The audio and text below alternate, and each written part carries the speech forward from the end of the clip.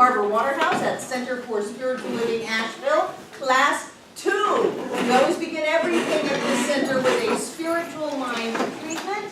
So if you want to, take a deep breath, but that's only to let a little oxygen into your system.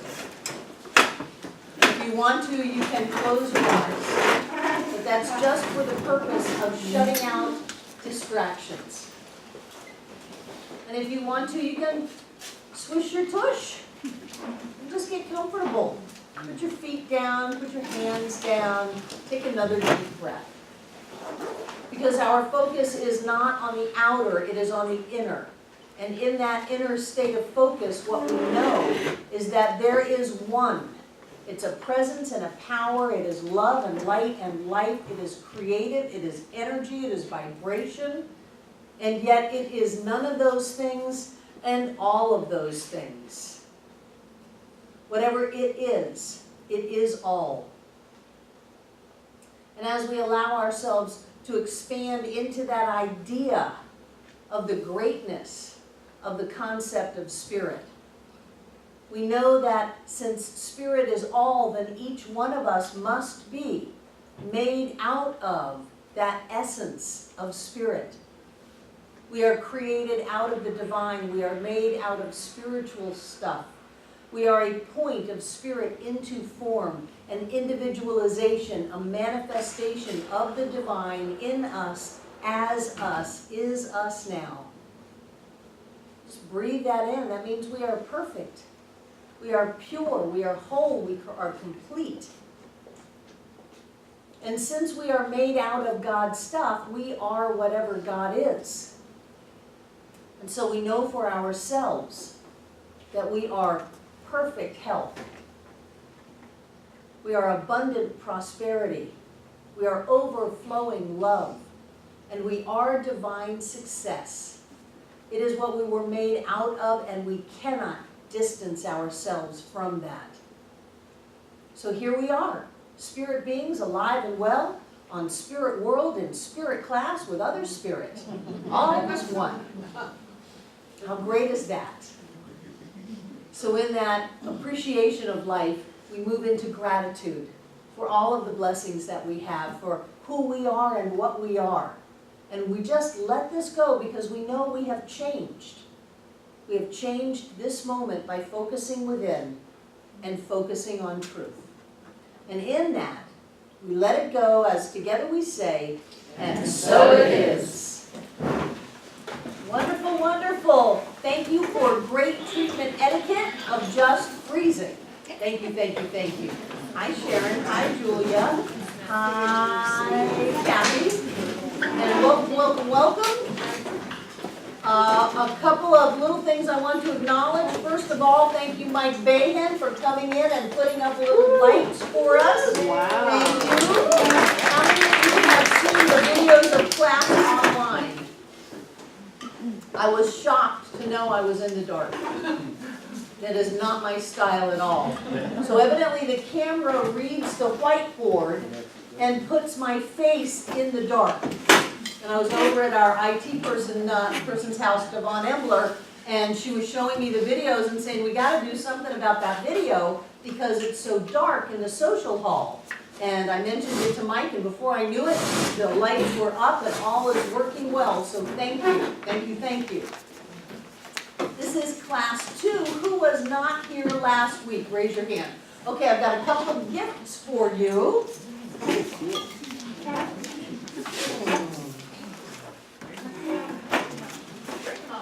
Bring them on. I've got 2 CDs in each envelope. I read Creative Mind, so you can pop it in your car and listen to it at will. Who are you? Alistair. Hi. Oh, wonderful. I've met you before. Yeah. Anybody Barbara. else? Hi. And who needs a reading list? 1, 2, 3, 4, 5, 6. I've got 6 extra reading lists.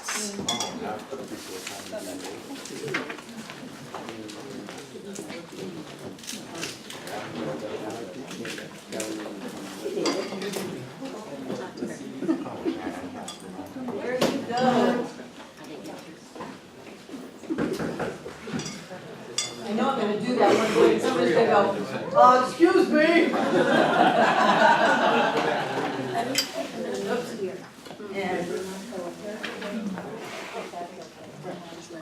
Okay, I'll make some more reading lists.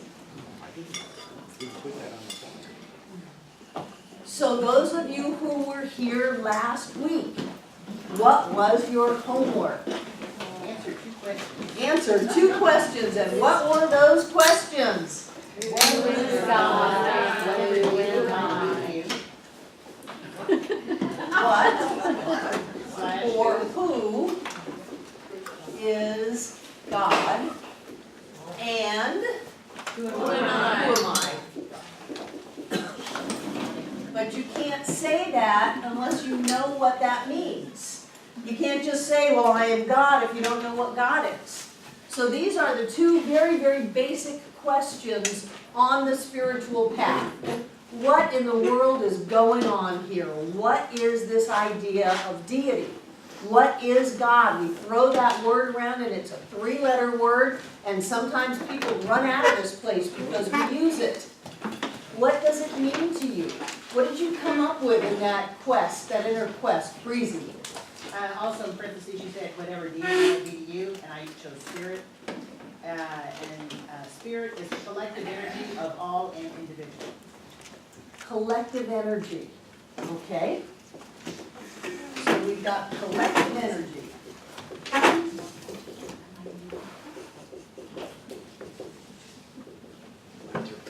What else? Existence.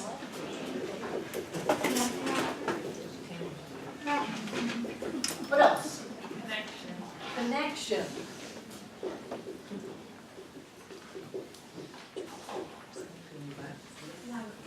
Life. The space between the quarks. The space between what? Quarks. C-O-U-R-T-S? Quarks. Q-U-A-R-K. Quarks. Space between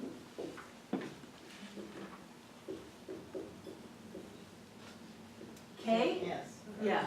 Quarks, they're a little chip off an old particle, aren't they? Yeah. Right, and they would be the quarks.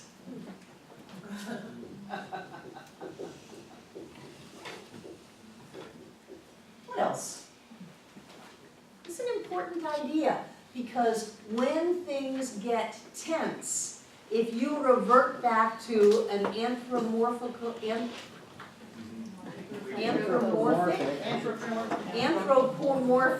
deity, a guy up on a cloud, if you revert back to that God that has the power to hurt you, and you allow your fear to get anchored on that all-powerful being, then you're going to have a lot more to work through than if you can allow yourself to start to wrap your head around this idea of what is God? What is the presence of Spirit? What is that? There's presence of God. I'm not doing nothing.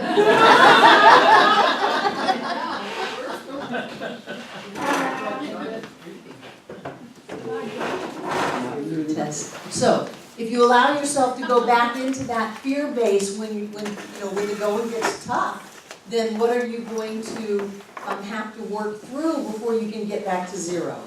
Isn't this bizarre?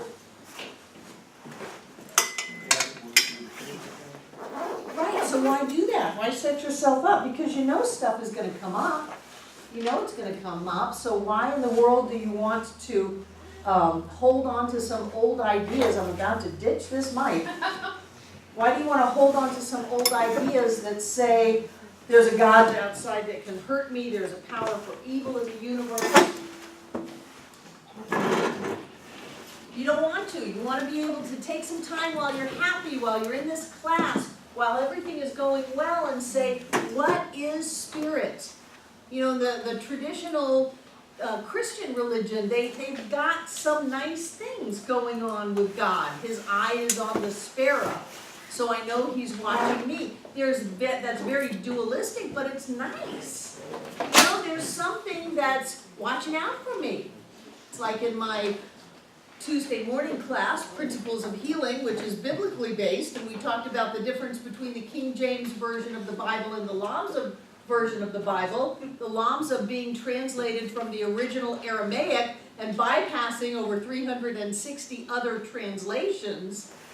And one of the things that really struck me that they found out was that in the Lord's Prayer, Jesus did not say, lead us not into temptation. Because what an SOB that is of a God. He's going to lead us into temptation, throw some test in our way, and if we don't make it, we're going to burn forever in hell. That's a terrible deity. The translation was, do not let us enter into. If we're doing something stupid, could you please intervene with your all-powerfulness on our behalf and keep us from totally messing up our lives? Now, it's still dualistic, but there's a comfort there. There's more like God's on my side kind of a feeling. So I'm wondering, in this idea of reinterpreting deity, if you have any of that feeling kind of support kind of ideas that are connected with the question, who or what is God? Did anybody come up with anything like that? God is just a very cold spiritual law, and we set it in motion with our word. God We is didn't even love. get love up there. Yeah. Creative energy. Creative energy.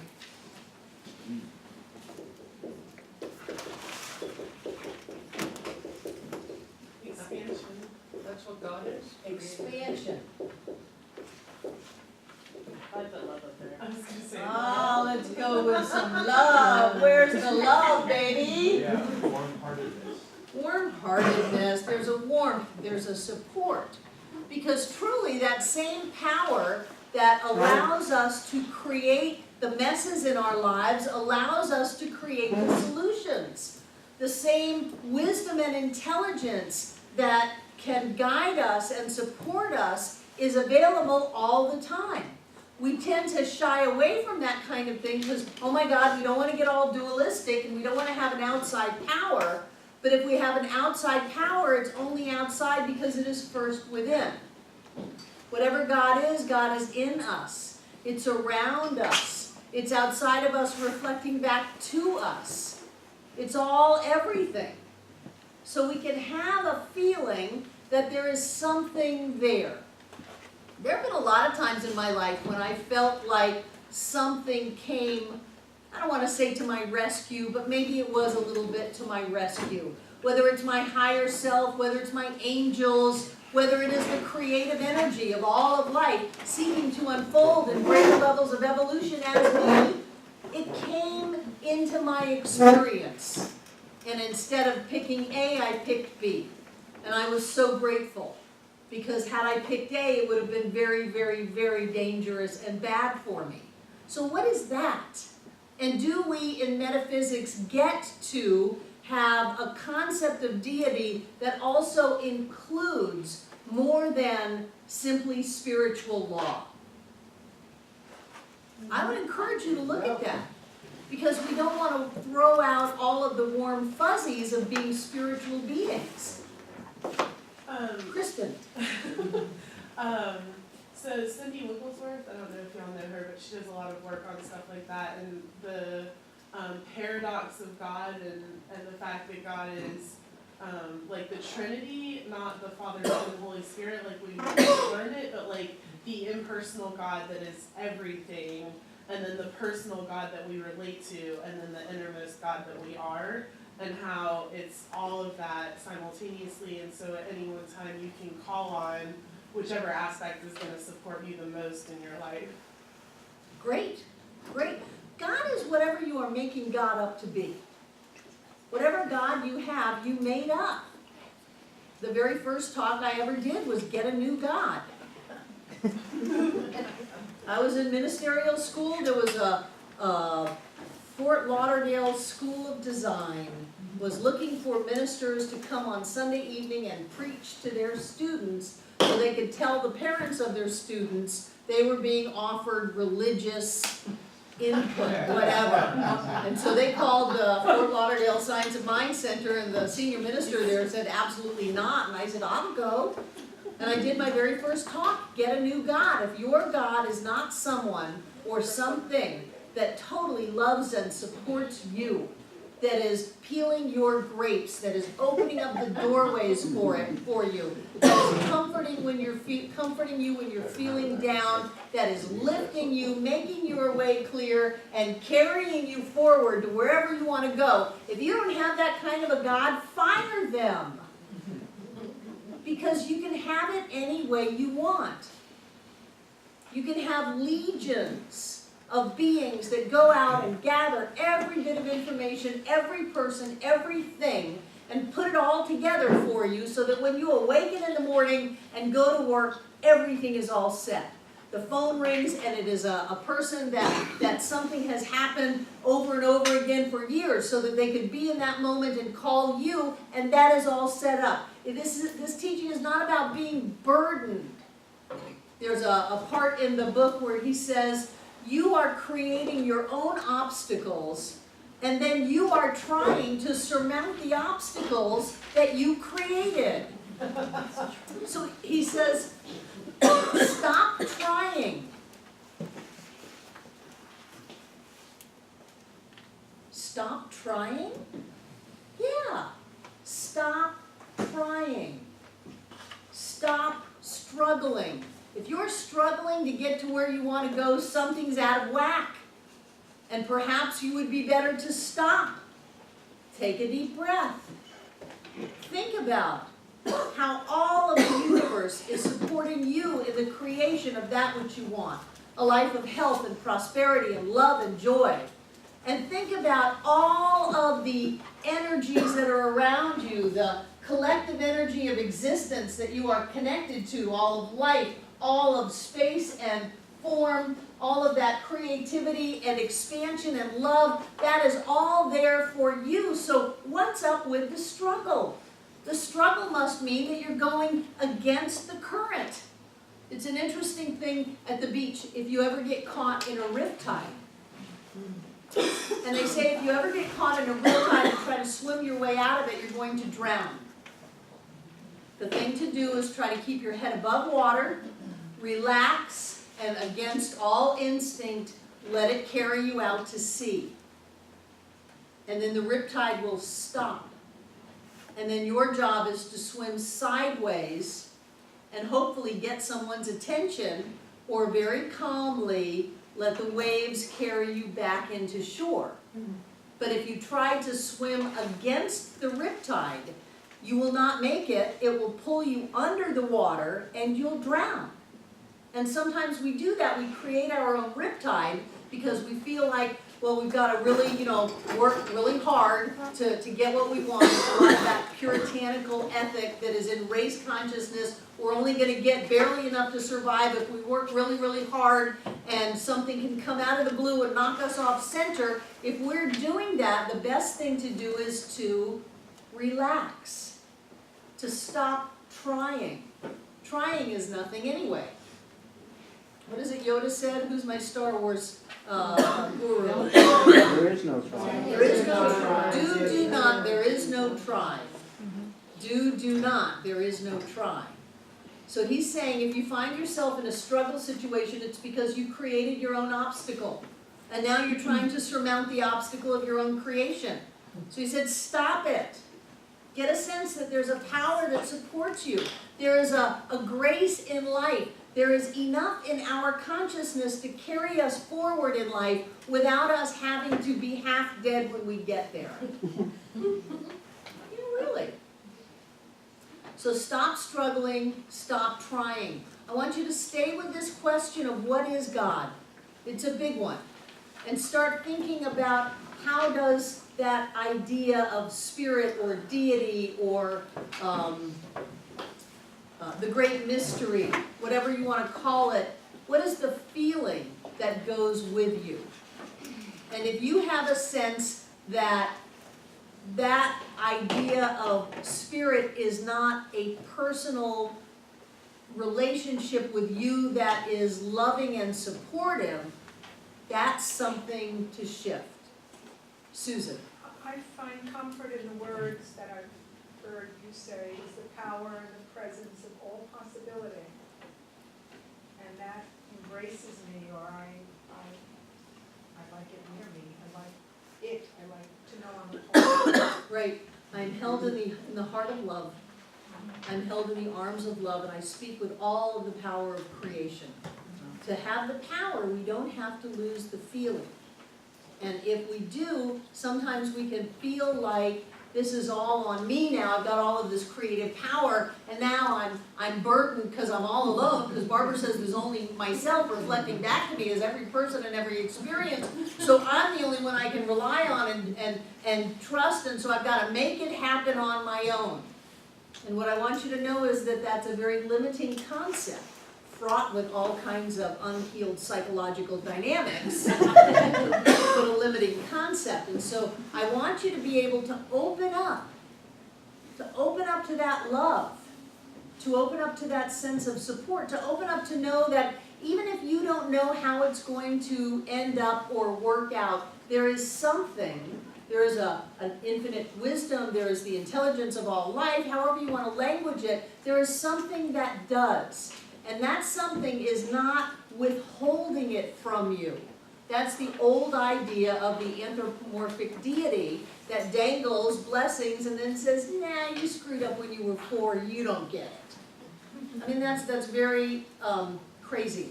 So there's the solution to every problem, there's the answer to every question, and the only thing that life can do is give it to you. And sometimes I feel like life is chasing us down and we're running from it. Sometimes life comes knocking and we start barricading the door because we think that we have to do it ourselves. So I don't want us to lose that. We are one with all, and part of what oneness means is that we have the entire universe lifting us and supporting us and making our way clear. Take a deep breath, let it out, and I want you to know that in the moment that you took that breath, the numbers of biochemical reactions that happened in your body to digest the food that you have already eaten, to take the oxygen to your cells, to take the waste products out of your body, to keep your mind alert, to hear the words that I'm saying, to stay upright in your chair, those were huge. And there's no way that you could ever control those, and yet they are there for you. And so we think, well, if I'm going to be healthy, then I've got to eat this diet, and I've got to do this activity, and I've got to have this kind of an environment, because God knows my body can't function on its own unless I'm doing all these things. And the truth is that if we relax into that state of health and wholeness and relaxation and happiness and joy, the body will naturally heal itself. I'm reading a book that I'm just falling in love with called Mind Over Medicine. And it's written by a doctor that got so frustrated with allopathic medicine that she quit, and she took about 3 years off, and then she was going crazy. So she started investigating things, and what she has found, much like Bruce Lipton, is that genetics mean nothing, that you can actually turn your genetics on or off at will. She has learned that the most medication, and she says all antidepressants are the placebo effect. That for that matter, if you just go to a doctor, you've already got the placebo effect going. If you think they've got your answer, whether it's a physician or an acupuncturist or a naturopathic doctor, whatever it is, or a chiropractor, you've already got that placebo effect going because you've already intended that this person is going to help you. So you go in there already getting helped. It's like the opposite of your blood pressure going up when you go to the doctors because you're nervous. You go to an alternative doctor, or you go to a doctor and you know you're going to get some help, and you relax. And what she's finding more and more and more is that everything that we think about the healing of the body is not true. Everything that we think? Everything. Everything that we think has to do with the body healing doesn't have to do with the body healing. It can be our thought that it will help the body to heal that actually heals the body. But she says that when the body is left to its own devices, and you are not stressed, you are not unhappy, you are not struggling, it doesn't matter what the disease has been called, you will heal. It's like Abraham saying, if you are breathing, you can heal it. So there is a natural inherent wisdom and intelligence in the body that will heal anything if you stop screwing it up. And how do you screw it up? You get yourself all stressed out because you feel like you're all alone instead of realizing you have the infinite support of all of life to bring anything into form. You get yourself all stressed out and you forget to take a deep breath and to relax and to trust. And she said, this is what I love about this, the most important thing that you can do to heal anything in your physical body, you ready? Be happy. Be happy. That's why Norman Cousins healed. Is that Lisa Rankin? Who wrote this book? Who wrote this? Is that Lisa Rankin? I don't know. I think it's Lisa Rankin. Is that our book? It's for Prac 2. I love that book. Yeah. Love that book, Mind Over Medicine. One thing I love about it is she got this study, and that study, and that study, and that study, and that study, and that study, where she's showing that there's a wisdom inside of every person that if they would just be relaxed and happy, their body would heal from anything. Literally anything. They can be on death's door with them, giving last rites and measuring for the coffin. And if they can relax and be happy, the body will heal. So when we think of this idea of what is God, so many people have an outside God that they have to be careful about, that is going to trick them, that is going to hurt them, that is going to use their omnipotent powers against them. And I want you to consider changing that. Oprah used to say she had a team, and whenever she had anything to do, she would send her team out. And they would go and they would get everything ready. Now this is not physical people. These were not her staff. These were her teams of angels. And she would send them out to get everything ready and to bring everybody into alignment so that whenever she showed up at the meeting, everything was done. Then it was just a matter of signing papers and figuring out the fine print and all of that. But she would send the energy out because she knew there was something that supported her in creating whatever it is she wanted to create. So since you get to have whatever God you want, and if you don't like the one you have, fire them because you made them up anyway. Since you get to have any kind of God you want, you might as well have one that particularly is interested in and loves you. And that whatever you want to do is a desire, it is of the Father, and it is a whisper of spirit in your ear that says, go to Italy, start a business, learn to paint, take a nap, go to the movies, whatever that is, and it has everything required for it to manifest into form because there is only one. There is only wholeness. You can't have a desire, you can't want something and not have it exist. There would be the desire and the not desire, the empty hole in the universe where all of form would cease to exist and we would all not be here. So think about it, whatever you want is spirit whispering through you to have a greater level of livingness and that you already have everything that you need for that to show up if you will stop trying and stop struggling and stop holding on to fear. Take a deep breath, be happy, go for what you want, and know that you are totally loved and supported along the way, and things show up. So you're going to continue to work on this idea of what or who is God, and then what you come up with who am I? Better. What else? I want more words. Conscious creative power of the universe.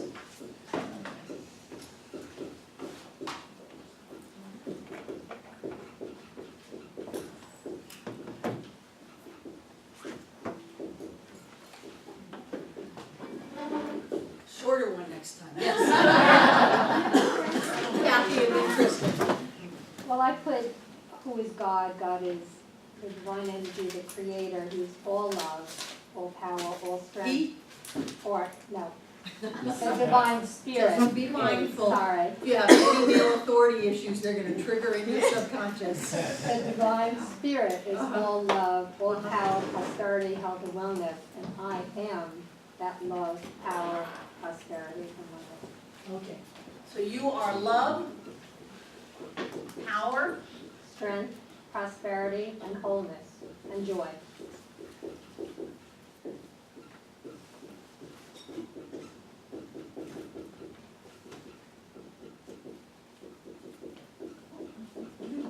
Sorry. and Susan, that's all I wanted you to go to was some more descriptive adjectives other than just God. Kristen. I am God experiencing itself through consciousness.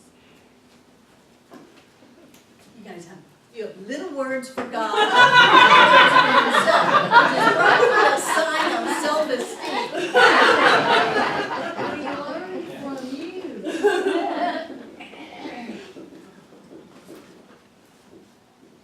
I'm just gonna put God experiencing itself. Okay? Patty. I'm the one who causes the road to collapse in the So can I just put cause? Yes. I'm cause. I'm cause to my experiences. Yes. Chuck. I am right choice. That's Can there be right. wrong choice? I am positive choice. Can there be negative choice? I can choose no, yes. How about I am choice? Okay. I am choice. Because if you get into right choice, now I will give you a lot more leeway for that kind of languaging on Tuesday morning because we're into real old-time metaphysics. But when you get into right choice, you immediately have a wrong choice. And you have never made a wrong choice. Nobody has ever made a wrong choice. No one has ever made a mistake. Wow. You've never made a mistake. You've never done anything wrong. You've never done anything bad. They don't exist. So good. Good, good, good. How about love in action? I was hoping we'd get the L word. You got it on the second list. But that's the No, second, love, power, strength, prosperity. oh, right, here it is. Okay. Do you want to take another shot at that, Susan? The same words that I used before, the power and the presence of all possibility. I'm also comforted by knowing that's me. Right, so I am the power and the presence of all possibility. Yes, yes. Good. Sometimes I hear people go, especially in spiritual mind treatment, God is all that there is and God is what I am. But I know that they don't know that. I know that they're just trying to get to the affirmation so they can get their stuff because they're trying really hard and they created a big obstacle that they now have to overcome. So what I want people to do is hang out with these ideas and get a feeling of them. I think it was in the Tuesday class, and I'm getting a little confused in my classes because I have Prac 2 on Saturday morning and this class on Monday night and then the primary lessons in healing on Tuesday morning, but I think it was in the Tuesday class last week that I talked about going over a cliff. You talked about it here. Did it? Okay. So last week in this class, and I know there was an energetic intervention between my physical body flying through the air over a 40-foot cliff. I went back to look at that cliff the next day and marveled at how I ever survived that crash. Between me flying out of the back of the pickup truck and hitting the rocks below, and it was classic Prescott, Arizona, rocky mountain, no tree, no shrub, jagged rocks. And I hit those rocks. And evidently, I hit it with my head. So there had to have been something. 40 feet is a long way. The driver died, the other passenger was in the hospital, and here I am walking around, you know? There had to be some kind of energetic intervention that cushioned that fall. And I don't know how else to describe it. So for me, simply to think that I am an individualization of spirit made manifest in physical form, I'm creating my reality right here and right now. I am the only expression in my world because you are all reflections of me, and my word is governed by spiritual law, so I need to choose wisely the words that come out of my mouth. For me to leave it at that leaves out a whole other piece. It leaves out a whole other piece, that there is the presence of spirit that is in me, that is all love, that is all joy, that is all compassion, that is all support. The same way that the acorn drops into the dirt, the acorn's not on its own. The acorn has all of this support of life and evolution and water and nutrition and sunlight and all of that assisting it in its being all that it can be as an oak tree. And we are no different. We are not out here adrift alone. There is a presence and a power, there is a love and a light, a life and a joy inside of every one of us. And if we start to feel alone, we create obstacles that we have to surmount, and we find ourselves in struggle. So rather than jump into struggle, it's important to stop and get a sense that there's a greater good working here with being fired than I can see. But I know that it's here. Because everything always unfolds for my highest and best, because highest and best is all that there is. I'm always in my perfect and right place because there is no other place I can be. So if I'm in my perfect and right place and everything unfolds for my highest and best, then this must be a blessing no matter what I think about it. No matter what it looks like, no matter what all of my friends are saying, this has to be a blessing. And when I can stop fighting it and relax into it, keep my head above water, and when the turbulence starts to slow down, consciously move myself to where I want to be and then go back to shore, then I can steer that universal creative energy in a way that's easier for me instead of in a way that's more difficult for me. And when I say, I don't want to put, and all of this happens in ease and grace all the time in treatments, it's not that I don't want your outer life to be easy, but if you think that this change in consciousness and this ability to shift your focus is going to be easy, then you might be in for a disappointment. It takes a lot of work to choose what you're going to think about, to listen to what you say, to monitor the words that come out of your mouth, to choose how you're going to feel. It takes a lot of work to do that, but the benefits of it are huge. They're just huge. So if you find that your entire retirement fund was gone and you thought that's what you were going to retire on, and you look at it and you call it a blessing, you'll get a blessing out of it. Someone else can look at that same exact experience and call it the worst thing that ever happened to them. They've been taken advantage of, they've been wounded, and that's what they will get. Does that make sense? Jane?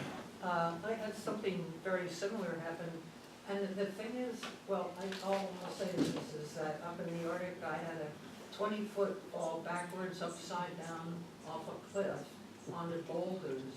And She used to be an expeditionist, not an exhibitionist. exhibitionist at the time. No. But anyway, I had no conscious, I just stared at the sky, and I did nothing, and I actually walked out. I was fine, and I didn't even have a bruise. Right. So if you do like nothing, then the universe kind of takes care of you. I hope. I think that there is a greater awareness within every one of us. We can call it a higher power, we can call it our connection with God, we can call it angels or guides or whatever you want to call it. I don't know, but there's something. There is something, and if we are in alignment with that, then we get that support. If we feel like I've got to do metaphysics myself, there are people who do that. Then we can, we really can do that, but we find ourselves using a lot of willpower. We're trying to force things into form instead of relaxing into that greater movement of the expansion of consciousness as us, which has to include health, it has to include prosperity, it has to include love, it has to include joy, it has to include success. It has to include all of those things, and it's already lifting us and moving us forward. What we're doing is we're just getting in alignment with it and kind of steering where we want to go, instead of trying to swim upstream with it because we feel like we have to do it ourselves. Are we good? So you're going to continue on with this idea of what spirit is, what God is, right? Yes? Yes. Good. Good. I love pondering these things. That's what I do when I'm at the beach. What? Oh, when I'm at the beach, I don't have to think about anything. It's great, so I can think about the things I want to think about. I also find prime time for pondering to be at what Rockinger used to call the shaman's hour at 3 or 4 o'clock in the morning when you wake up and you can't go back to sleep. Use that time. That's a good time. He used to always say that that's spirit trying to get your attention. So listen. Or you could do like the religious science practitioner who says, I never have any trouble going to sleep. Anytime I wake up in the middle of the night, I get up, I pour myself a cup of warm milk, put a shot of bourbon in it, take a sleeping pill, do a spiritual mind treatment, go right to sleep.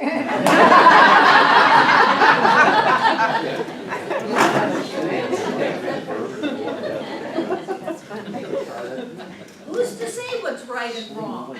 You know, whatever works for us, whatever brings us joy, it will heal your body. And strife and struggle and fear will kill you. So you might as well, while you're here, live in a healthy body by relaxing into life and feeling that support.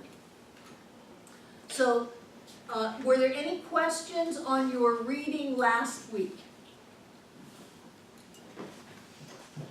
Good, yes. They kept saying word, and it kind of got me a little confused, but word was meant as thought. Is that right? They kept saying the word, and the word was this, the word. Well, that's biblical. In the beginning was the Word, and the Word was one, and the Word was with God. Right. And that does translate more correctly to thought. Okay. When you go back into the original translations, it wasn't word, it was, in the beginning was the thought. Okay. And the thought was one, and the thought was with God.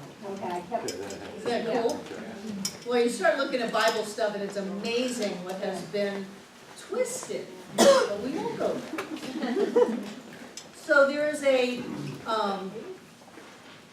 there's a question, there's a point, there's something I want us to look at, and that is that if everything is spirit, if everything is one, and if the inherent nature of spirit, I think we talked about this last week, is love and peace and light and life and joy, and these ideas that never change, these ideas that are always constant, that the body may die but the spirit can never die. That which we are can leave the body, and I've seen that happen. It can come into a baby's body. Well, I was reminiscing with my first mother-in-law who has found herself in an assisted living home in Hendersonville and is a little confused and sometimes needs to be reminded that everything's okay. And she was at the birth of my son. It was a home birth. I was hippy-dippy. It was a home birth. Nobody knew what they were doing. It's a miracle the man's alive today. So he came out, and in all of the books we read, we never knew that he was going to come out gray. And all of his effort. And this baby is completely still and gray. And we thought, oh God, he's dead. He was alive a few minutes ago. He was kicking. And now he's dead. And she reached over and in her Sicilian manner took his little foot and just whacked it with her finger. And he took a breath and the color came into him and he moved and he opened his eyes and he let out a yell. And it was the most amazing thing I've ever seen in my life. it was so much a visual, and I don't know when the spirit goes in the baby, I don't know. But at that moment, it was as if life went into the body and woke it up. And it was beautiful. So here we are with this eternal truth that life is a constant, even if the body shall not have the life force in it anymore. And that love is a constant, even if we hold on to anger and upset for a really long time, that love is a constant, that light is a constant, and I'm not talking about physical light, I'm talking about that inner spiritual light that no amount of darkness can extinguish.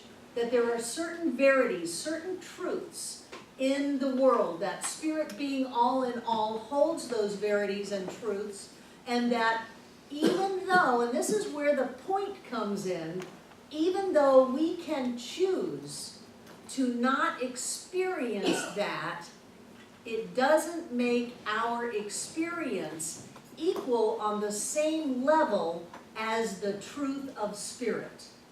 Like, just because we can experience hatred does not make hatred the same quality of spirit as love.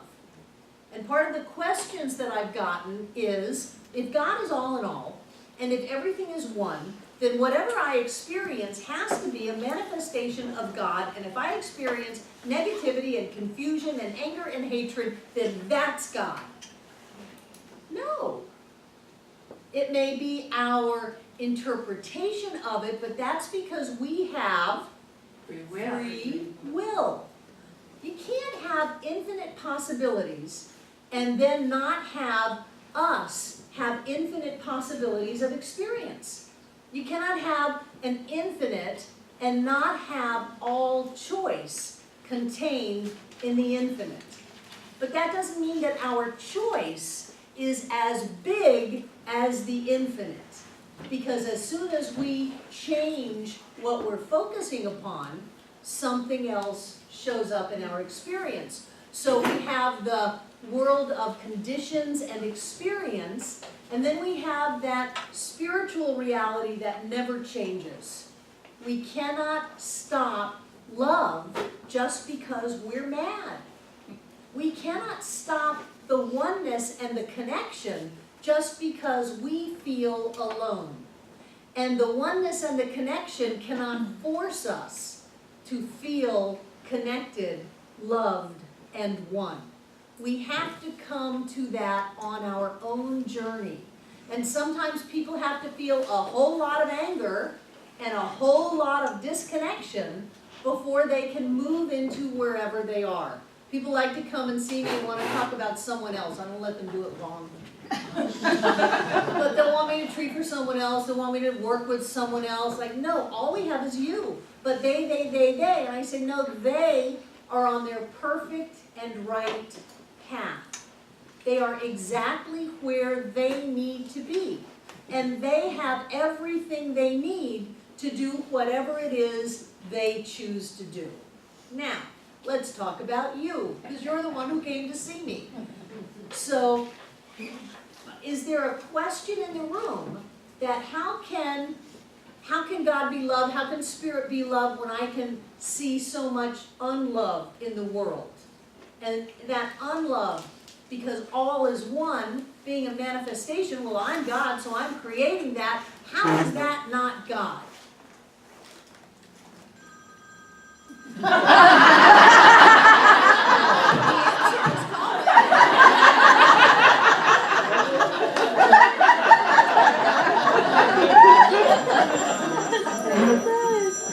you get how amazingly powerful you are? That you can close your eyes and pretend nothing's there? That you can close your heart and pretend nothing's there? That you can close your bank account and pretend nothing's there?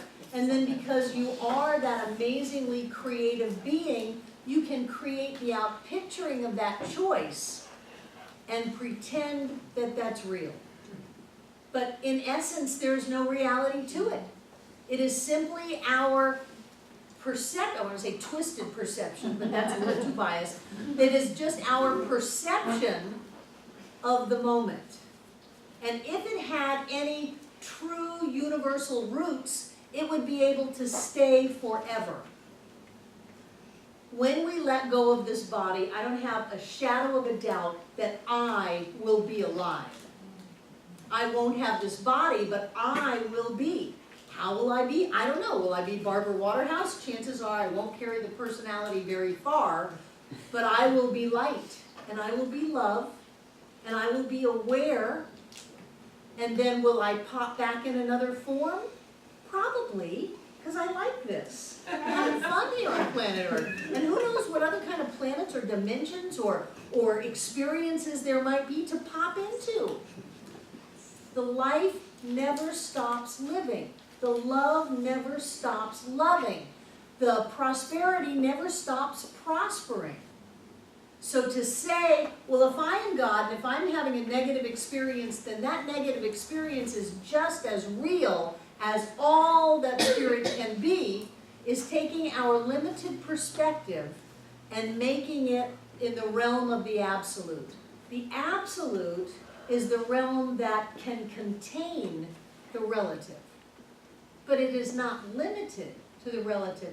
Formless is that which can contain form, but is not limited to form. Do you see how that works? Now you can experience all the form and the relativeness you want, but it doesn't change that other spiritual dimension that is feeding you and your life through your choices and your focus and coming up with what your experiences are. So again, when you can take a breath and relax, stop the struggle, stop the fight, stop the fear, get a sense that you're connected, that you're supported, and allow yourself to move into this idea that says the entire universe is lifting me up right now, even if I don't know how to lift up myself. It's not on my back. It's on my awareness and my focus. And when I'm aware of and focused on that love and that support of all of life, then I can allow that to show up in my life, and the thing that I thought was going to be this colossal disaster. Think about one of your divorces. You were there. You thought it was going to be a colossal disaster. And instead you can look at that and go, that was such a blessing. I had so outgrown that, and I was so afraid to step out to where I knew I needed to be. And so they did that for me by throwing me out, locking the doors, and taking all the bank accounts. What a great person that was to do that. If we allow ourselves to open up to that support, but you gotta know that it's there, and it helps to have a feeling of it, then that will show up in our life. And that all mixes up with the power of our word, the power of our thought, the disciplined focus that we choose to maintain on this spiritual path, which is why I say it's not so easy peasy. People say, teach me how to be prosperous. Great. I want every minute of your day. I want your 1,000 affirmations. Well, you just ask too much of people. Go ahead, stay poor. If you want to stay the way you are, then your life will stay the way it is. But if you want to really become mindful about being happy, about being relaxed, about being in the flow, about making wise choices, about being willing to do what is yours to do, then your life will totally change. It will. How does that connect with stop trying? Relax. Trying is frustrating. Do, don't do. There is no try. So I'm not saying don't do. There's a lot to do. Stop trying. Trying doesn't do anything. Well, I'm trying. I'm sorry. I'm trying. You should strike both of those out of the English language. They don't do anything. So when you get that there's something for you to do, you're in alignment with that. You have a lot of energy. If you feel like you're barely making it to the end of the driveway, maybe you shouldn't go where you think you should be going. Because when you're in alignment with who you are and what you're doing, you get energy. You have that sense of life moving through you when you're trying to surmount the the giant obstacle that you created because you have a belief in struggle and lack and limitation and being punished, and then you try, you're not doing anything but spinning your wheels and creating more upset and confusion in your life. So you take a breath. And you allow yourself to feel the blessing in there. To feel that there is some kind of goodness, some kind of support, some kind of love. There's some kind of prosperity in the midst of the bankruptcy. There is some kind of a blessing in the midst of the lawsuit. There is some kind of a healing in the midst of the diagnosis. You allow yourself to get to that other state, and then you start riding that. And there will be things to do, and there will be ideas to have, and there will be impressions that you get, and intuition and guidance that happens. But it's a whole different world, and you, in my experience, you can't get there unless you have some idea that you live in a universe that is for you and not against you, and that you have some sense of that connection. That it's a personal feeling connection. It's not just a mental, intellectual understanding. That you get a feeling with it. Ernest was a big feeler. He was all about the love. All about the love. He went to see some woman once who was dying in the hospital, and he sat on a bed with her. He was a little guy. And he didn't do a spiritual mind treatment. He sat there, he patted her hand. She was in a coma. And he said, "Dear so-and-so," he said, "we need you back at the church. We need you to come back. It's just not the same without you. And you know I miss you." She opened up her eyes, and she went out of that hospital in 2 days. He was all about the love. All about the love. He just hopped up on that bed and he started petting her hand and telling her how much he loved her. And that healed. So when we can open up to that and when we can feel it, our demonstrations get easier. We don't feel like we're forcing our way through. And I know people in this room have felt like they were forcing a demonstration. Well, I'm going to affirm it and affirm it and affirm it and affirm it. I'm going to make this sucker happen. And there's a greater way to ride this wave of creation.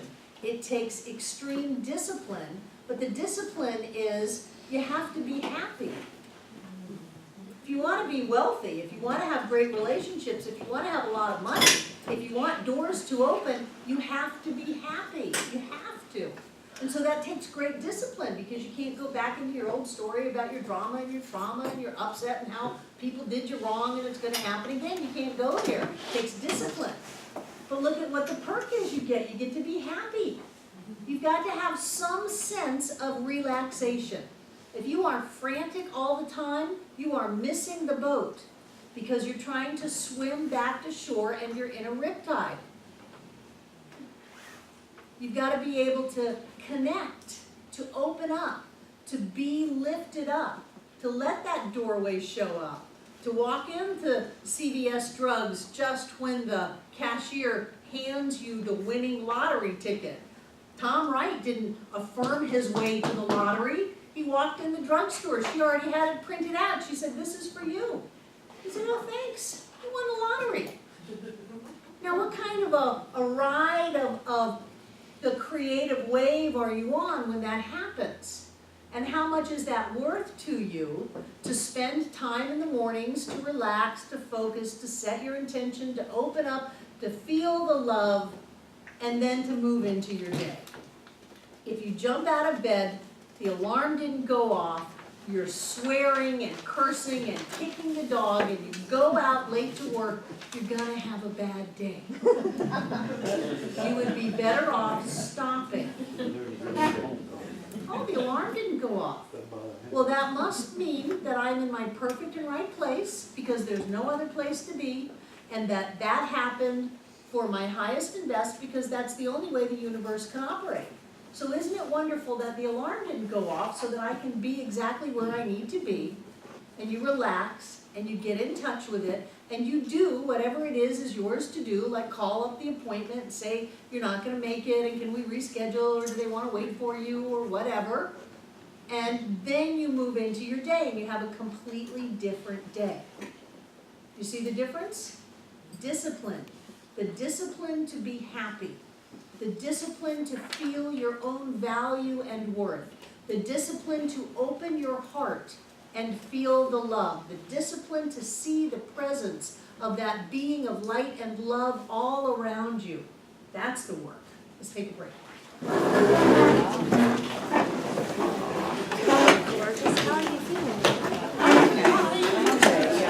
We've got reading for next week. Remember, the book is on the website if you would like it, and we got all the books in. They should be back on the back table.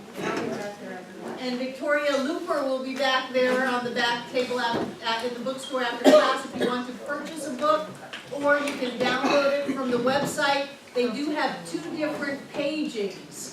So on the website, it's through page 20, and in the book, it's through page 31 is your reading for next week's class. Barbara, Yes. where's this on the website? I had trouble finding it. I've got it. I've got it.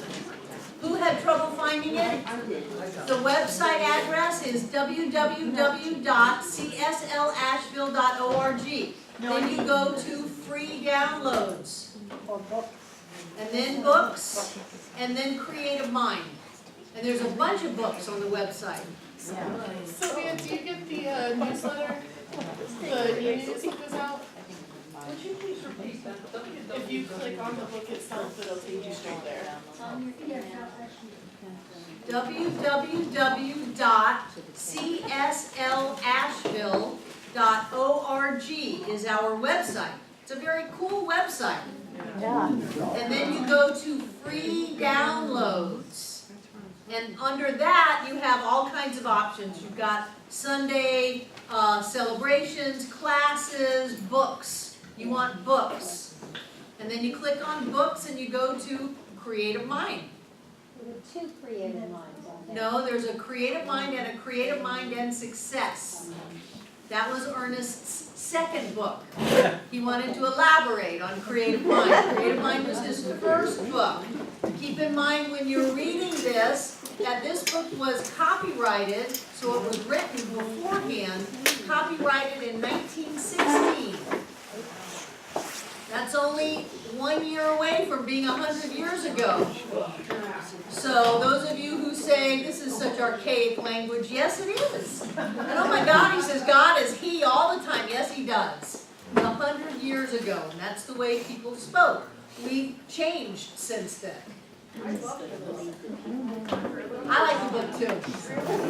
Everything occurred, but it's exciting. Yes, yes, it is. It's succinct, it's exciting. I'm moving over into the light.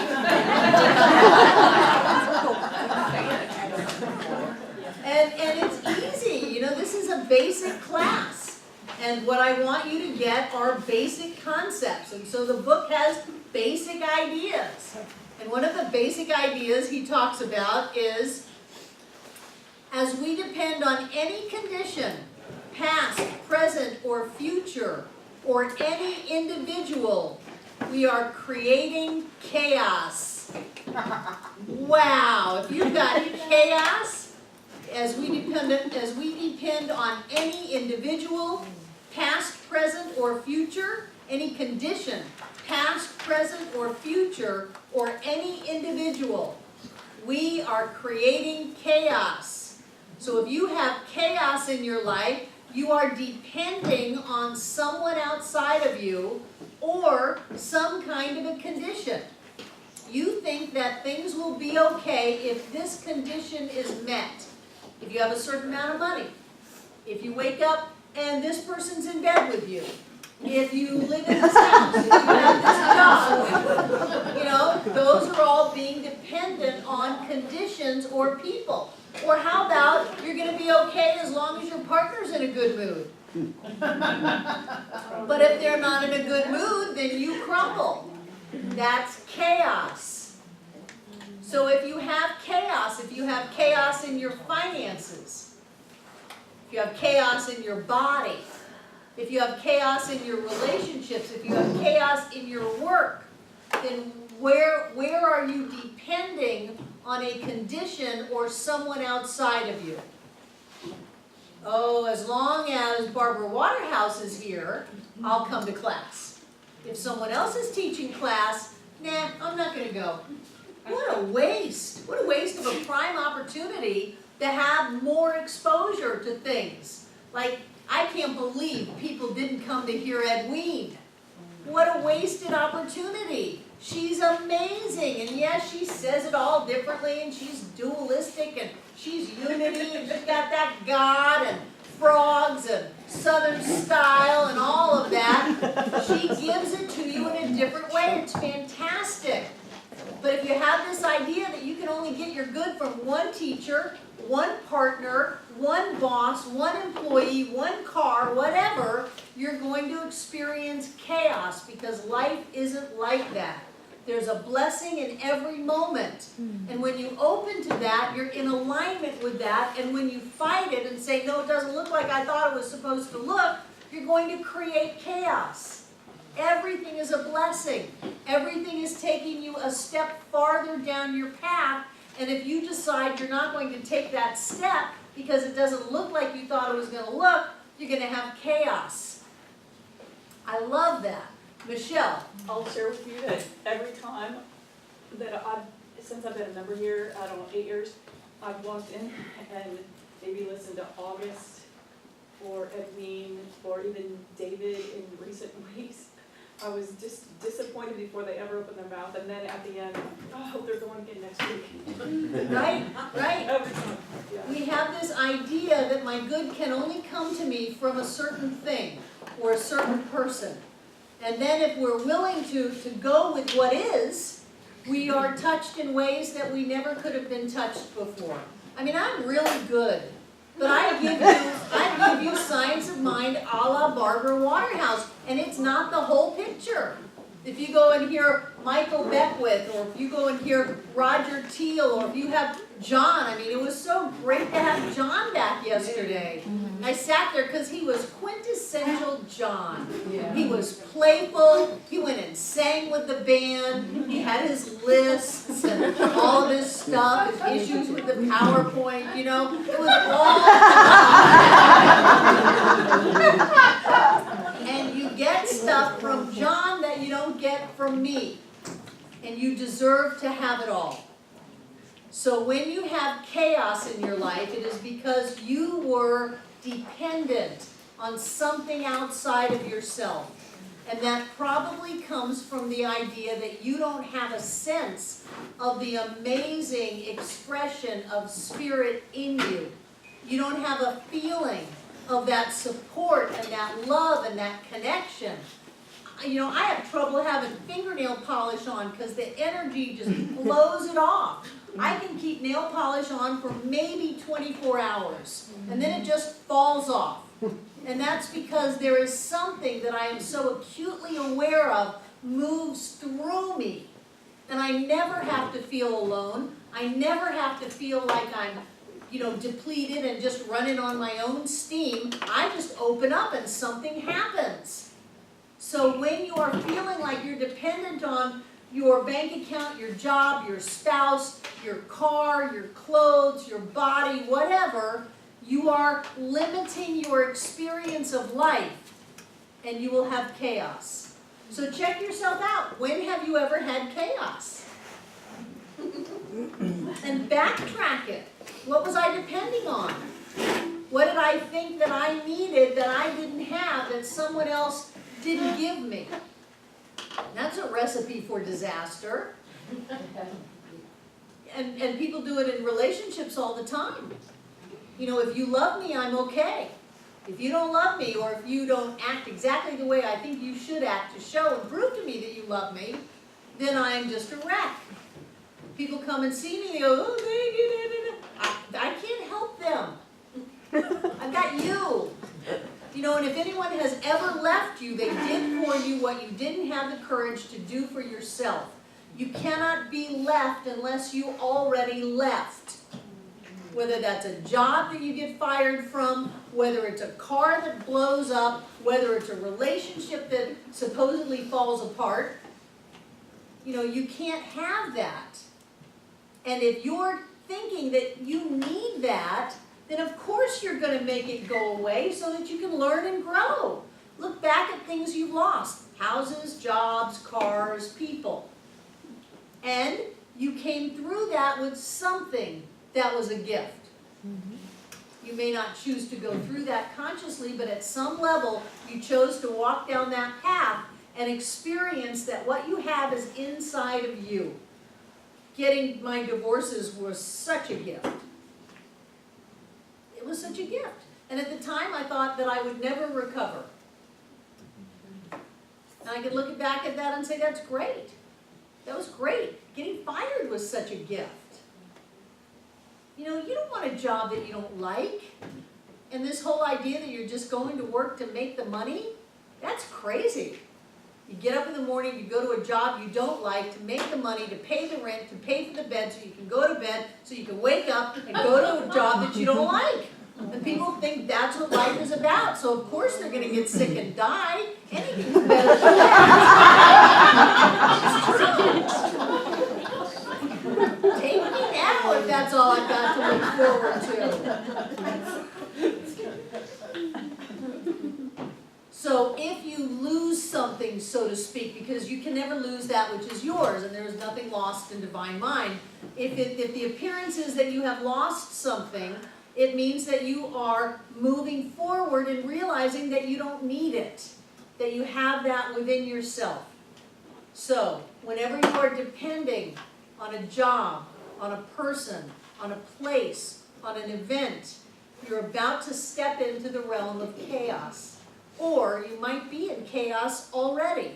And if that's the case, backtrack it and see what you think you need outside of yourself, and then take a deep breath, move into that idea that this is a blessing, open up to that experience of the presence of Spirit in you, as you, is you, but let's make it nice. You know, your God loves you, goes out of its way to scour the world, to bring special things for you, that there is great love, great support, great joy, that everything has been orchestrated particularly for your highest and best.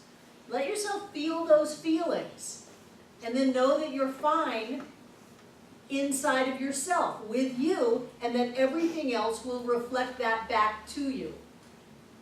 I mean, I love this idea, if there's chaos, what do I do? Those are some real basic techniques. Barbara, what do I do if there's chaos? Well, if there's chaos, you created it, and you created it by thinking that you needed a person or a circumstance outside of yourself, so just move out of that consciousness and the chaos will clear up. Wow! That's a handy dandy little tip. Thank you, Ernest. Because what we want to do is we want to deal with cause, not effect. We want to deal with that which creates the person or the experience, not with the person or the experience. And Thomas Troward said it so clearly, and he's going to use some big words, so if you want to just tune me out, that's fine. Otherwise, take a deep breath so your brain has some oxygen. Thomas Troward was way before Ernest and came up with some of the initial writings on mental science. He did some lectures in Edinburgh, and they're called the Edinburgh Lectures on Mental Science. Then he did some lectures, I think at a university named Doré, or the city was named Doré, the Doré Lectures on Mental Science. So Thomas Troward said, when you allow your purpose to be contingent upon any person, place, or thing, you have descended to the level of secondary causation. And that is the level of doubt and fear and limitation.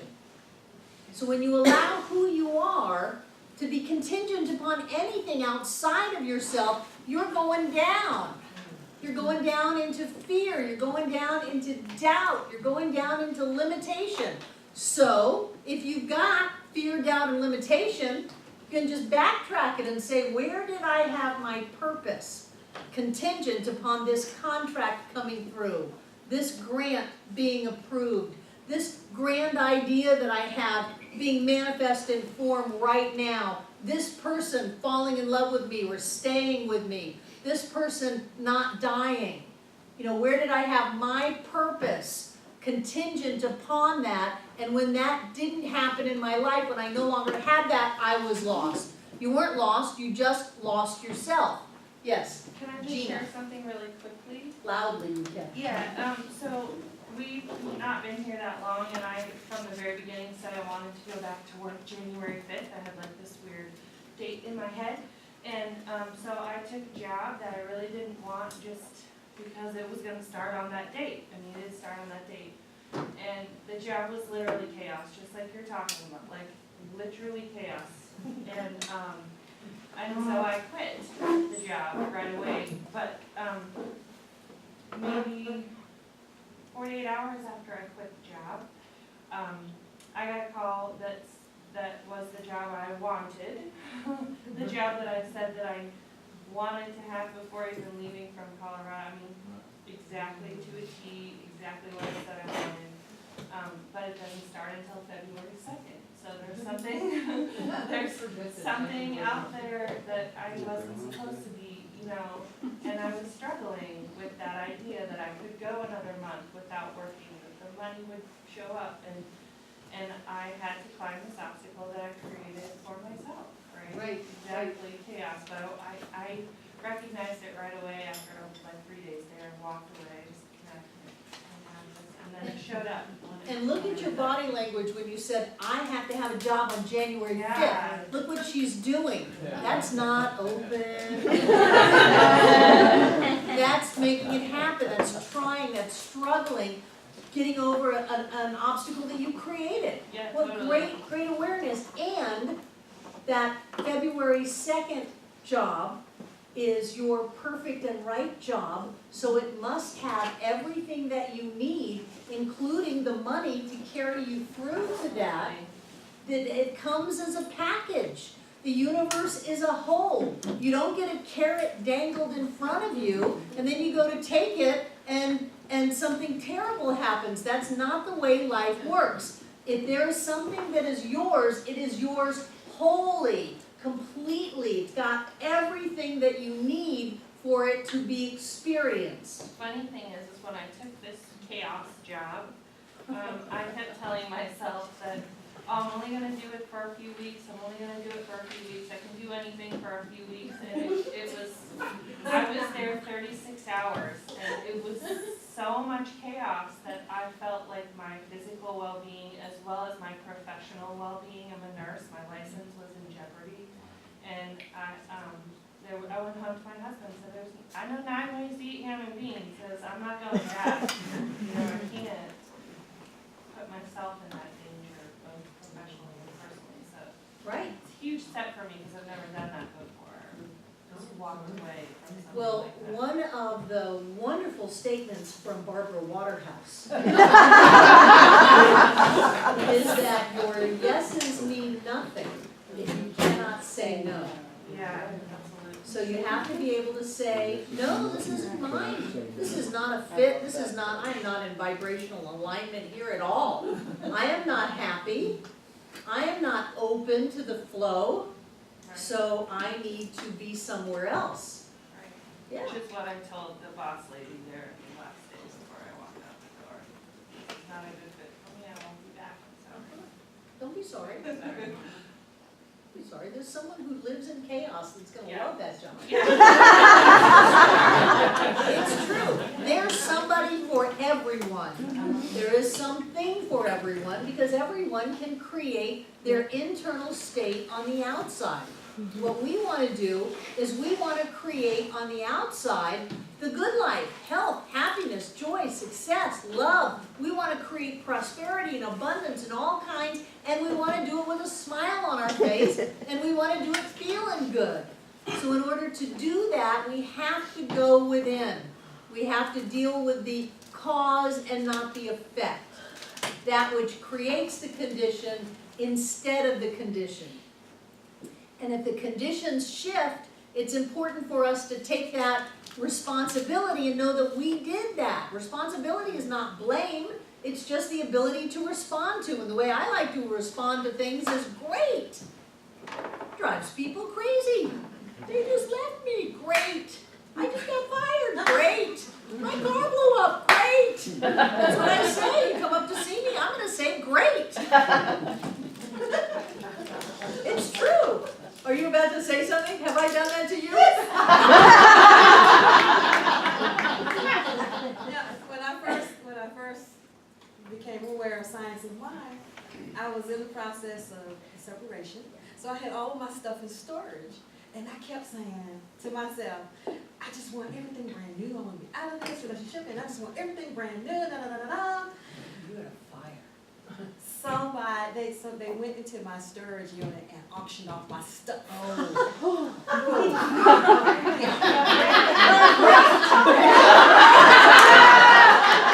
what she said.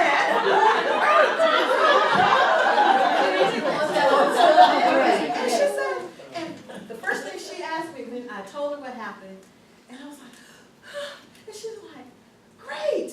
And when she said that, I started laughing. And I mean, I didn't get mad, but I started laughing because I could tell in her voice that I was getting ready to receive something. So, and she immediately asked me, she said, when that happened, what did you think? What were you thinking?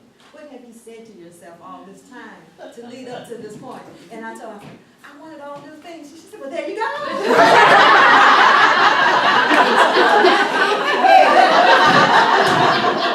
You go around saying, I want a new husband, I want a new car, I want a new home, I want all new stuff, chances are you're gonna get it. Kristen. When I totaled my car, the first thing he said to me was, oh, have you been wanting a new car? And you have. I have. I hated that car. Yeah. I love my car. Yes.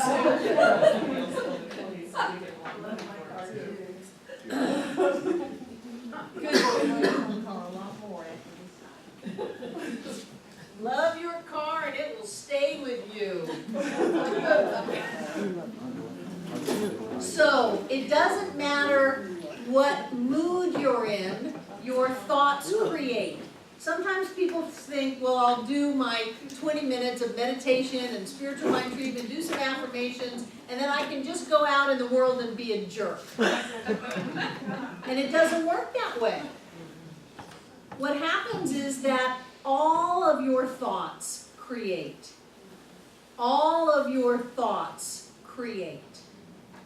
Clella Ann, who was a practitioner and has since retired, was here on the very first day that we met out in our home in Fairview and is going to be the first speaker on Thursday night, the 20th anniversary of the Center for Spiritual Living. Please come, it's going to be a great party.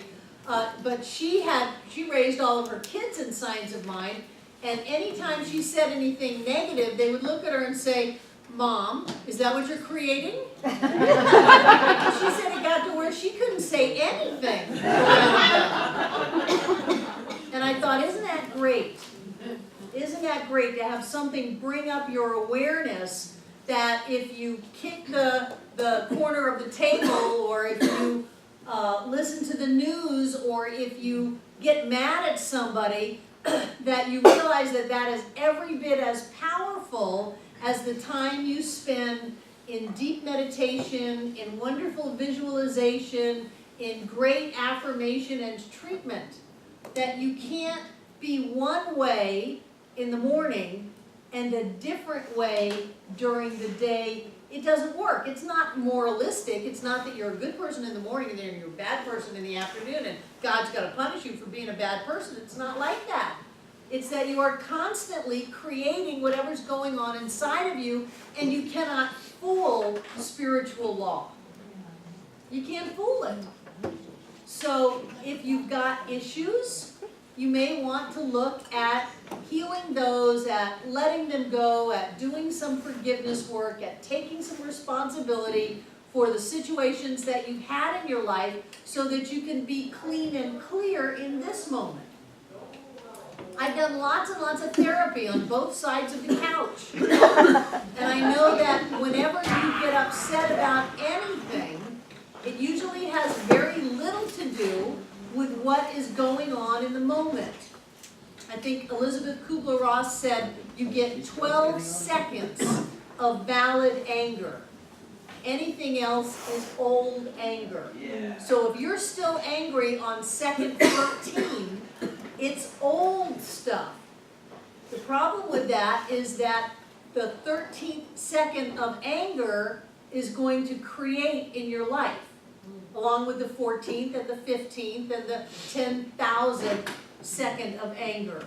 So what we want to do is we want to be mindful without being paranoid, that if we have thoughts and words coming out of our mouth, that if they're not what we are willing to step into and live right here and right now, we want to be able to do whatever we need to do to get clear in this now moment. And part of that is nobody ever hurt you.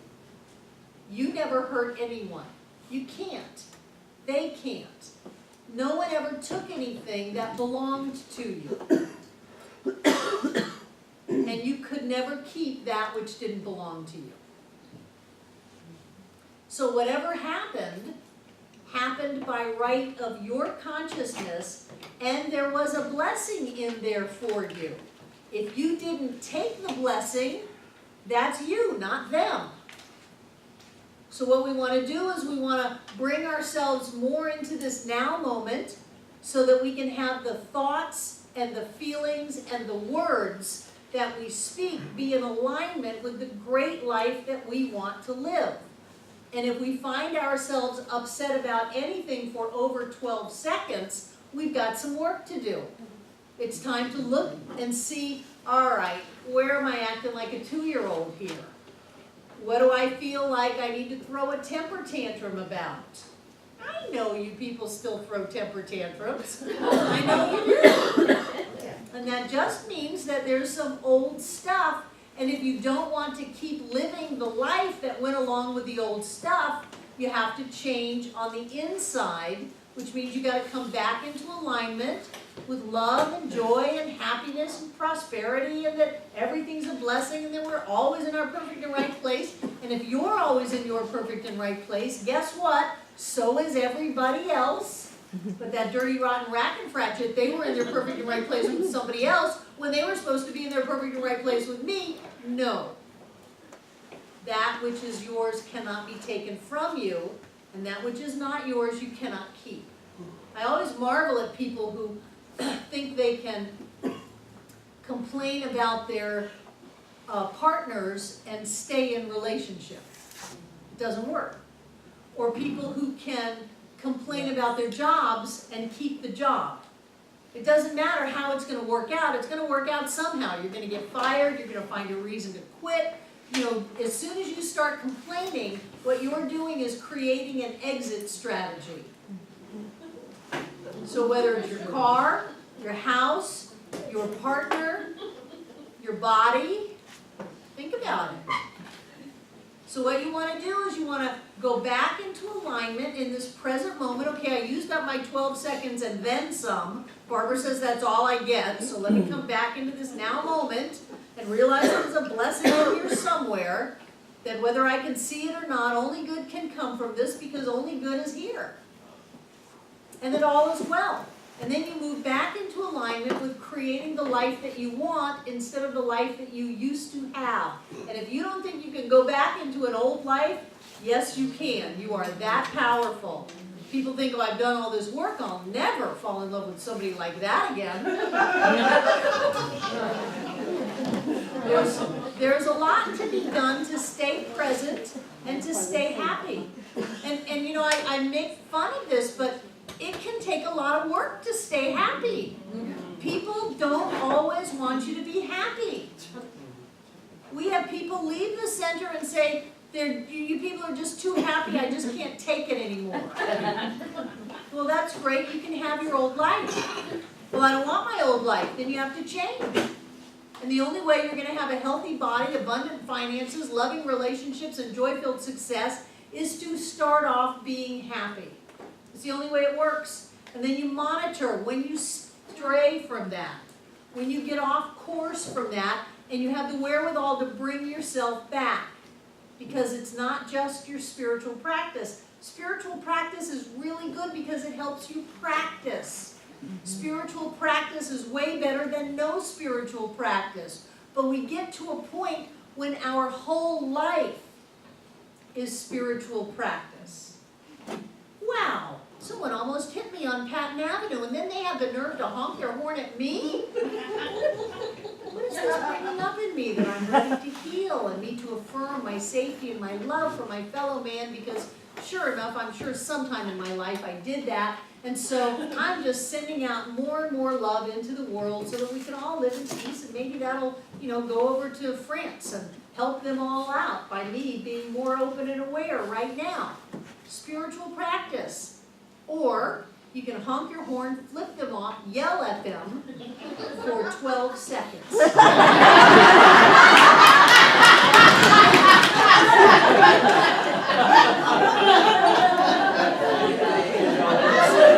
even that 12 seconds you will pay a price for, because everything creates.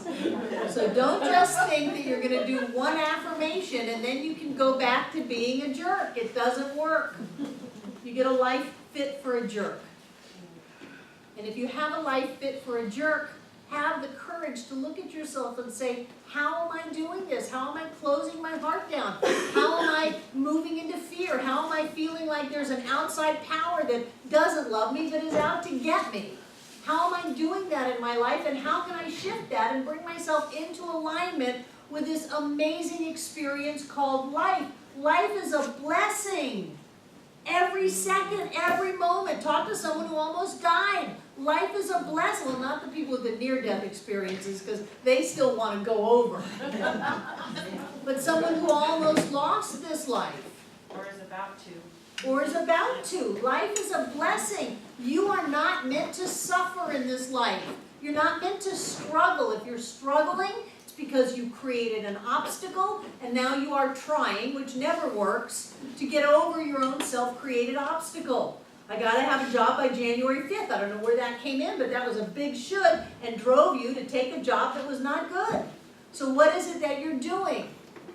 Bring yourself back into alignment, back into present moment. Ram Dass, be here now. If you could be here now and just deal with exactly what's happening now, your life would be so much easier. In native teachings, they say just deal with what's in front of you. Take care of is the phrase. Take care of what's in front of you and don't worry about anything else. But don't I have to plan? If that's what's in front of you, then take care of that. Don't I have to worry? No, that's not going to help anybody.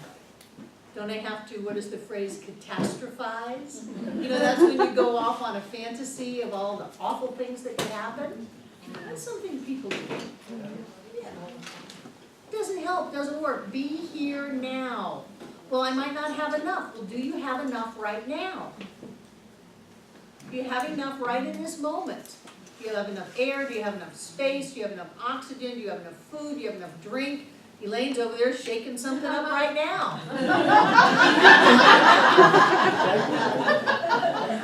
And when you can focus on what you have instead of what you think you might not have in the future, what do you create?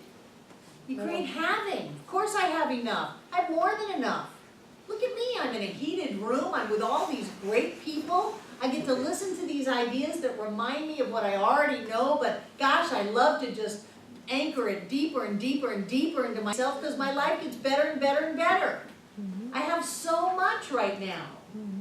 And then you go home and you have so much. It shows up in your mailbox, it shows up on your answer machine, it shows up in your appointments tomorrow, all because you can sit here and go, deep breath. I'm in my perfect and right place. Only good can come to me. There's a blessing in here. And I'm going to align myself with that presence and power of Spirit itself that cannot be denied, that lives in me, as me, is me, that particularly loves me. Who I am right now never should have come from the person I used to be. I was awful. My mother would have told you. I was a child. I was a drug addict, I was an alcoholic. I took my 3-year-old child away from my husband as far away as I could get him, and to say that there wasn't some kind of punishment in there would just be a flat-out lie. I was a bad person and I had a bad life.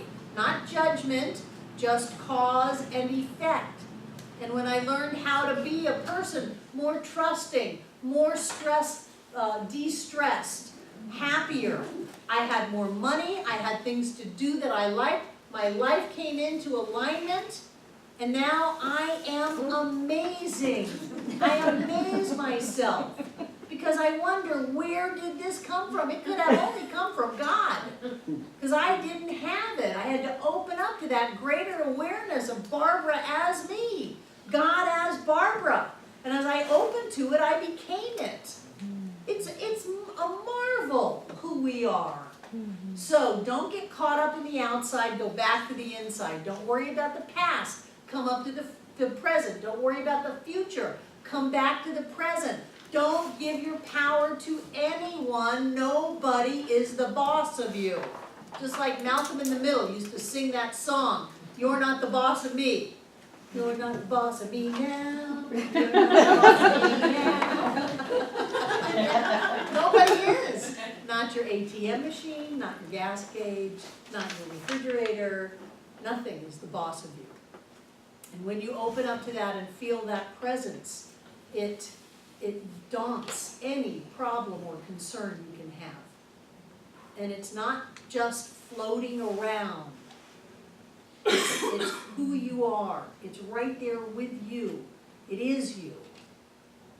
I really want you to get that feeling. Too many people go into this teaching and it's all intellectual, and it's all about law, and it's all about this right formula and this right word. And it's not. The words are just trying to take you somewhere where you can go, ah, okay, they sold my stuff. All right. There's some new stuff in here for me. Something good's happening. There's a blessing in here somewhere. There's a pony in here somewhere. I'm going to keep digging, because that's what is for me to do. Yes, Jane? Because I did have this experience recently of this where I needed a yoga teacher. And so I met this person at the gym, and she was very helpful. And I said, and she said, "Oh, I'll come over and give you a lesson." So I said, "Great." So we made up a date, and she didn't come, and I phoned, and then we made a date for the following week, and again she didn't come, and I had, I scurried around to be ready for her, and she just wasn't coming at all. So then this morning, she phoned me before the date and the time. And she said, "I'm on my way." Well, the thing of it is, I got stuck at the gym. I couldn't do it. And so the thing of it is that basically what happened is I phoned her, and her answering machine took my message, which was, "I'm going to be 10 minutes late." So, and then I came, and she wasn't there this morning, and so. But she did call, and she's like, "Quack, quack, quack, I was there at your house." And I said, "Well, didn't she get my message?" And it turns out that her cell doesn't pick the signal up where I live. Well, So what did you learn from that, Jane? What I've learned is that, well, I mean, here were three. Yeah, I don't want to hear about the story. I want to hear what you learned. I learned there were three indications that she was really the wrong person for me. Wait, so what are you going to do? Well, what I did was I told her, I said, "Our energies are not mixing." Great, great. So you stopped the repetitive power, the repetitive activity that did not give you what you wanted. Sometimes life is screaming at you. I know. Don't do this, don't go there, it's not right, it's chaos. You've got to see it, though, that's the thing. Well, sure, we all do. Some people know just intuitively. They can look at someone and go, "No, you're not for me." And they can look at somebody else and go, "I want you." And that's intuitive guidance and wisdom. And other people have to beat their heads against the wall on numerous occasions before the flood coming down. They notice something's wrong here. What am I doing? And we've all done that. We've all done that. How many times have we done that with relationships? Good God. Too many. You know, a masochist gazes across a crowded room and sees a sadist.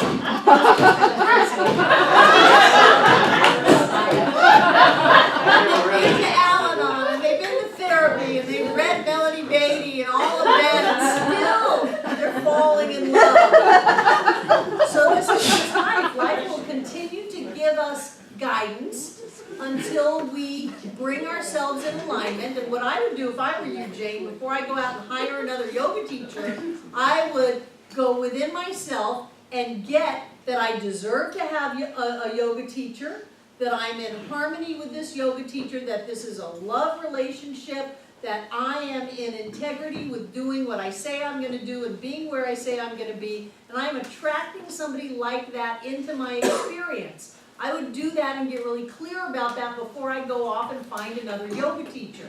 Because if you find another yoga teacher and tell them that story, you're going to turn them into your old yoga teacher. We do it all the time. We do. So that's what you get to do. Please listen to yourselves. Who else before we close? Questions, comments? Are you cold, Karen?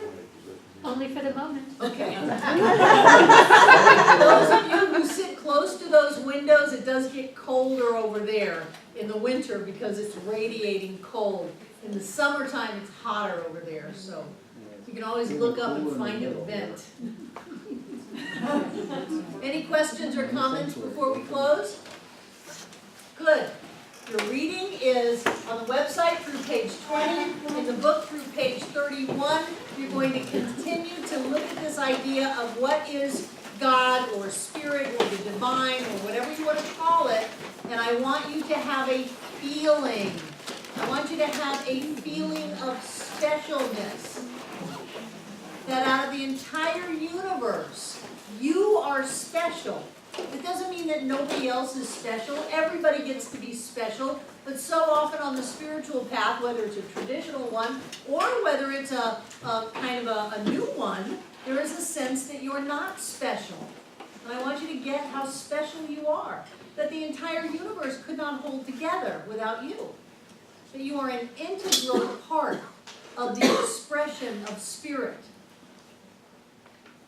If I were going to use dualistic language, I would say God needs you to be happy. But I wouldn't couch it that way. 'Cause that's okay, are you good? You're really going to feel it. And then you're going to come back with some sharing of what that felt like. You know, I believe the sun comes up every morning just to give me a show. It does. It comes up just for me, to give me a show. And I believe the sunrise is so happy that I am watching it. It's like, oh, Barbara's up and is watching it. Go there. Let that be your world. Take out what you're going to give. Hold it in your hands.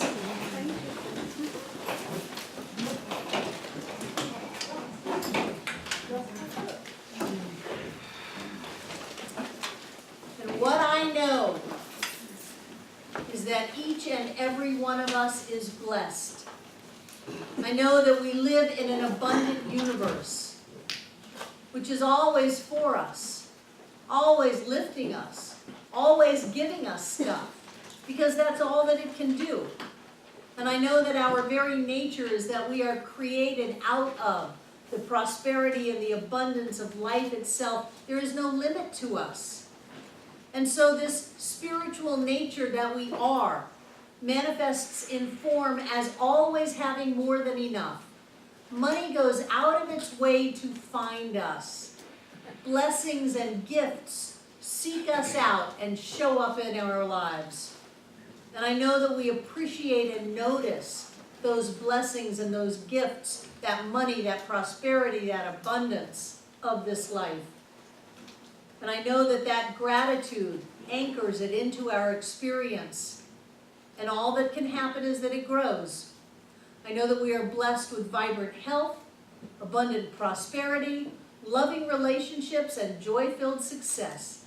That is the truth of who we are and the truth of our lives now. I know that each one of us comes together this night in our generosity to make this center for spiritual living all that it has ever meant to be. It is a place of peace, a beacon of light, a tower of strength, and a fountain of wisdom that touches the lives of all who call it home. And so it is.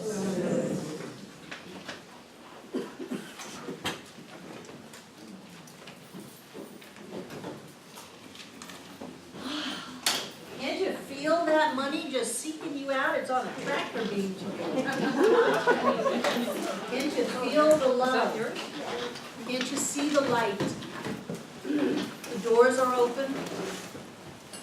Our way is made clear. Everything is set up for us, and all is well. There is an infinite love and light and life that carries us through each and every experience in our lives, lifting us to greater and greater heights of happiness and health and joy. We are in the flow and we are in the know. So I know everything in these baskets is blessed because we are spirit in form as us. The entire blessing of the universe is ours right now. And I know that as we give this gift, that energy pours forth from us, filling up this room from the floor to the ceiling and all between the walls. This air is rich and blessed with God as us. It touches each and every one of us. It blesses us. It heals us. It awakens us. It quickens us. And then it goes out. Travels on the tail of that love-joy comet going across the sky. It circles this world and shoots out into all of the heavens, touching, blessing, healing, awakening, and quickening every being, everywhere, every when. As together we say, and so it is. Love you guys.